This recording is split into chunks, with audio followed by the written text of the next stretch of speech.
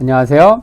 올해 12월 28일부터 내년 1월 3일까지 이스라엘, 그리고 내년 1월 17일부터 24일까지 튀르키예를 일주하는 열린다 성경 스터디 투어가 진행됩니다. 열린다 성경 스터디 투어는 단순한 성지순례가 아닙니다. 매일 아침 1시간 반씩 성경과 인문학을 주제로 공부한 뒤 현장을 답사하는 기독교 인문학 여행입니다. 자세한 일정과 다녀오신 분들의 생생한 후기는 영상 하단의 링크를 참조하시기 바랍니다. 안녕하세요. 세계사인 교회사, 세계사와 함께 푸는 스토리텔링 교회사 시간입니다. 저희 종교개혁사 살펴보고 있는데요. 콘스탄티노플이 함락되는 1453년부터 30년 전쟁이 마무리되는 1648년까지의 시간을 크게 세 개의 사건, 루터의 종교개혁, 아우구스부르크 화의, 그리고 낭트 칙령을 중심으로 살펴보고 있습니다. 저희들이 나쁜 교황들의 시대라는 제목으로 해서 종교개혁 시대 전후로 교황청을 접수했던 약간 수준 이하의 교황들 면면을 살펴보고 있습니다. 지난 시간에는 교황 율리우스 2세와 미켈란젤로에 대해서 이야기했고요. 자, 오늘은 바로 교황 레오 10세, 그리고 이 시대의 종교개혁의 기치를 올린 마르틴 루터에 대해서 이야기하려고 합니다. 자, 레오 10세는요, 메디치 가문 출신의 최초의 교황이다. 그리고 함께 성장했던 사촌 줄리오 역시 교황 클레멘스 7세로 즉위하게 되는데요. 이렇게 생겼습니다. 바로 이분이 레오 10세이고, 그 옆에 이분이 바로 이제 이 뒤를 이어서, 바로는 아니고 그 다음에 이제 클레멘스 7세로 즉위하게 되는 그의 사촌 줄리오이지요. 자, 성 베드로 성당 건축 기금 마련을 위해서 레오 10세가 이제 무차별적인 면죄부를 이제 남발하게 됩니다. 이러면서 마르틴 루터의 종교 개혁을 촉발시킨 인물이다. 그래서 기독교 역사를 논할 때 절대 빼놓을 수 없는 영향을 끼친 인물로 레오 10세가 들어가죠. 그럼에도 그에게 뭐 긍정적인 업적이 있다고 하면은 라파엘로와 같은 이런 예술가들을 후원해서 이 로마를 유럽 문화의 중심으로 다시 복원시킨 점, 뭐 이런 것들을 뭐 굳이 들라면 들 수 있죠. 1475년 그는 아버지 위대한 자로 불리는 로렌초 데 메디치와 또 로마의 귀족 가문인 오르시니 가문의 클라리체 사이에서 아주 영리한 차남으로 태어납니다. 형인 장남 피에로가 약간 무능하고 어리석었거든요. 영리한 차남으로 태어나게 된다. 자, 그러다가 3살 때 1478년 3살이죠. 이 파치가의 음모라고 하는 유명한 그 사건이 벌어집니다. 당시 교황이었던 교황 식스투스 4세와 피렌체에서 이 메디치가의 경쟁 가문이었던 파치가가 공모해서 아버지인 로렌초, 또 작은 아버지인 줄리아노를 동시에 암살하려는 시도가 벌어지게 되죠.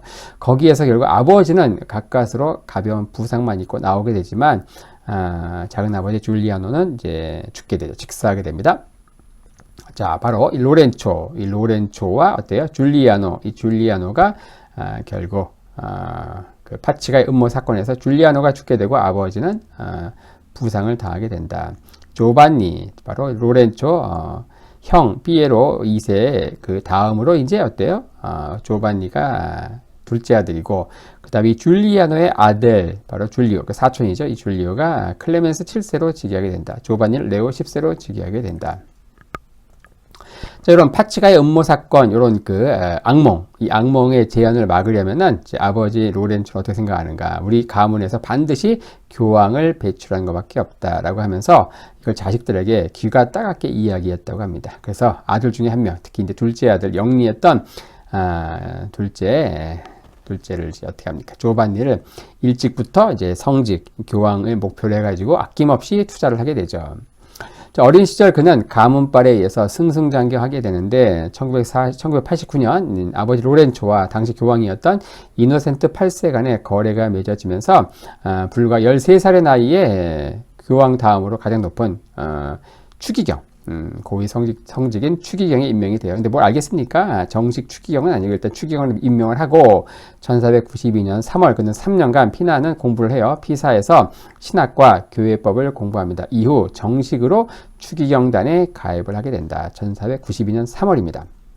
하지만 그 다음 달인 4월 달에 아버지인 로렌초가 죽게 되고요. 그리고 7월 달에 교황 이노센트 8세도 죽게 되고 자, 그리고 8월 달에 새로운 교황 알렉산더 6세가 즉위하게 된다. 자, 이러면서 위기가 찾아오는데 이 가문에 바로 2년 후인 1494년 아버지가 죽은 지 2년 후 이때 이제 피렌체에서는요 종교개혁가인 사보나롤라가 봉기를 일으켜요. 그리고 프랑스의 샤를 8세가 피렌체를 침공해 옵니다. 이러면서 형 피에로와 함께 조바니, 레오 10세가 되는 조바니는요 피렌체에서 추방이 된다. 그리고 난리통에 그는 형과 헤어지게 되고요. 가세가 급격히 기울면서 그는 어떻게 하는가? 가문, 부흥에 대한 엄청난 책임감을 느끼게 됩니다. 1500년까지 그는 6년간 유럽을 전전하다 로마에 정착을 하게 되죠. 그리고 당시 교황이었던 이 알렉산더 6세의 도움으로 그는 예술과 문학에 빠져서 보내게 되죠. 그러다가 3년 후 1503년 알렉산더 6세가 죽게 되고 강직한 피우스 3세가 즉위하지만 그마저도 한 달을 채우지 못하고 죽게 됩니다. 자, 그리고 이제 호전적인 율리우스 2세가 즉위하게 되죠. 1503년 많은 일들이 벌어집니다. 그리고 또 그의 형인 피에로까지 죽게 됩니다. 이러면서 그는 가문의 명실상부한 수장이 된 거예요. 몰락한 가문을 다시 일으켜야 되는 책임이 그의 어깨에 달린 거죠. 자, 그런 가운데 1512년 그는 피렌체 시민들의 환영을 받으면서 무혈 입성하면서 피렌체에서 메디치 가문의 정계 복귀를 이루게 됩니다. 그러면서 그의 동생인 이 조바니 동생 줄리아노를 피렌체의 지도자로 세우게 되죠. 1512년 메디치 가문이 복귀하기까지 바로 1494년 이제 쫓겨나서 98년까지 4년간 사보나롤라를 중심으로 한 신정 통치가 이루어지고요. 피렌체에서. 그리고 나서 1512년까지 피에로 소델리니를 중심으로 한 공화정이 실시가 된다. 하지만 다시 이제 레오 10세를 중심으로 해서 피렌체에서 메디치 가문이 다시 정계에 복귀하게 되죠. 1512년 정계 복귀 이후 그 다음인 1513년에 어때요? 율리우스 2세가 죽고 조바니는 레오 10세란 이름으로 이제 교황좌에 등극하게 됩니다. 그 이후 두 명의 메디치 교황, 바로 레오 10세 그리고 클레멘스 7세의 비호 아래 이 피렌체에서 이 메디치 가문의 통치는 아주 견고해지게 되죠. 자, 1513년 율리우스 2세가 죽게 되면서 당시 37세의 조바니 추기경, 그는 이제 교황이 되고 싶었지만 그의 이 젊은 나이는 교황이 되는데 상당히 악조건이었다. 왜냐? 나이가 많아야 빨리 죽게 되고 여러 명의 교황을 돌아가면서 해먹을 수 있는데 어때요? 너무 젊게 되면 오래 할 수 있잖아요. 그래서 그는 자신의 지병인 치질로 인해서 당시 건강이 좀 악화되어 있었거든요. 그래서 최대한 아픈 척을 한다. 그래야 어때요? 저자는 교황이 되어도 그렇게 오래 살지 못하겠구나 생각하면서 교황 선출에 있어서 메리트가 주어진다는 거예요. 결국 그는 이제 이 작전이 성공해가지고 교황좌에 오르게 됩니다. 하지만 실제로 이 치질이 악화되어서 결국은 8년 후에 죽게 되죠. 자, 그는 전쟁광이었던 전임 교황 율리우스 2세, 지난 영상에서 자세히 살펴보았습니다. 그 율리우스 2세와는 달리 전쟁을 싫어했어요. 하지만 그는 전임 교황이 회복한 교황령을 지켜야 되고 또 자신의 가문, 이 메디치 가문 퍼주기, 이 두 가지 목적을 달성해야 됐기 때문에 그의 재임기에도 역시 전쟁은 끊이지 않게 됩니다. 당시 그가 즉위할 당시 반도는 어땠는가? 1509년 아나델로 전투에서 베네치아는 패전한 이후 또 그 이후에는 오스만 투르크와 격돌하면서 이 베네치아는 지속적으로 쇠퇴하게 되죠. 쇠락의 길을 걷습니다. 한편 이제 교황청 남부에 있는 나폴리 왕국 그리고 시칠리아를 장악한 스페인은요 굉장히 반도에서 영향력을 키워갔다. 그래서 모두가 이 합스부르크 가문의 팽창을 두려워하던 상황이었는데 특히 프랑스는 전력을 다해서 저항을 했다. 왜냐? 프랑스는 목이 졸리는 듯한, 왜냐, 이 합스부르크 왕국에 의해서 둘러싸여 있었거든요. 그래서 1515년 즉위한 프랑스의 이 프랑스와 1세는요 즉위하자마자 38,000의 대군을 이끌고 밀라노를 침공합니다. 바로 마리네 전투, 여기에서 승리를 하게 되죠. 교황은 그의 밀라노 정복을 인정해 줍니다. 그리고 1516년에 피렌체에 세워둔 동생 줄리아노가 죽게 됩니다. 자, 그러면서 그는 새로운 피렌체의 지도자로 형 피에로의 아들인 로렌초 2세를 세우고 그를 우르미노 공작에 임명을 합니다. 원래 공작이었던 로베르는 파문해서 추방을 하게 되죠. 그리고 이 로렌초 2세를 프랑스 왕실과 혼인시켜 동맹을 강화하게 된다. 자, 보십시오. 자, 형 삐에로의 아들. 자, 삐에로의 아들, 로렌초 2세를 즉위시키고요. 로렌초 2세, 그리고, 그의 딸, 카트린. 거기서 태어난 이제 카트린이 이제 어떻게 합니까? 카트린이, 나중에 프랑스 앙리 2세와 결혼하게 되고, 나중에 프랑스의 왕비로 또 등극하게 된다. 그래서 이 메디치 가문에서 교황을 이미 이제 2명을 배출한 상황에서 나중에 로렌초 2세의 딸 카트린이 이제 앙리 2세의 부인으로 프랑스 왕비로 등극을 하게 되는 그런 상황이 펼쳐지게 됩니다. 자, 하지만 1521년 이제 우르비노 공작에서 쫓겨난 로베르는요, 영지 탈환을 위해서 군사 행동을 감행하게 되죠. 결국 공국을 회복하게 되는데 그해 이제 레오 10세는 죽게 됩니다. 자, 레오 10세 교황청은 이 메디치 가문의 영지 만들기 전쟁에 개입해서 무려 80만 두카트의 돈을 탕진하게 됩니다. 레오 10세는 이제 이 재정난을 타개하기 위해서 한꺼번에 무려 31명의 추기경을 한꺼번에 서임을 해요. 그러니까 추기경 임명하고 돈 받는 거잖아요. 그래서 50만 두카트를 벌어들였다. 자, 80만 두카트를 탕진하고 31명 추기경을 한꺼번에 서임하면서 50만 두카트를 벌어들였어요. 하지만 여전히 30만 두카트 적자인 거죠. 이렇게 되니까 한꺼번에 막 추기경들이 서니까 기존 추기경들이 엄청나게 반발을 하게 된다. 자, 그는 피렌체 르네상스를 전폭적으로 후원한 이 메디치 가문 출신답게 교황제에 있으면서도 예술과 학문을 전폭적으로 지원한 교황이기도 합니다. 예술품을 보는 식견이 무척 탁월했다고 하는데 그는 많은 예술가를 양성했습니다. 그의 재임기에 활동했던 바로 르네상스의 3대 거장인 레오날도 다빈치 왼쪽부터 그리고 미켈란젤로, 그리고 라파엘로가 그 시기에 활동을 하게 되죠. 근데 여러 발굴품 또는 유물을 사들여서 바티칸 내부에 전시하게 되죠. 그리고 성경 번역과 인문학 서적 편찬도 여러모로 지원을 하게 됩니다. 잡음이 심했던 레오 10세 치세에서 이런 점들은 유일하게 부정할 수 없는 긍정적인 면이다, 이렇게 이야기할 수 있죠. 그런데 이 세 명의 인물 가운데 특별히 총애한 사람이 누구였는가? 바로 라파엘로였어요.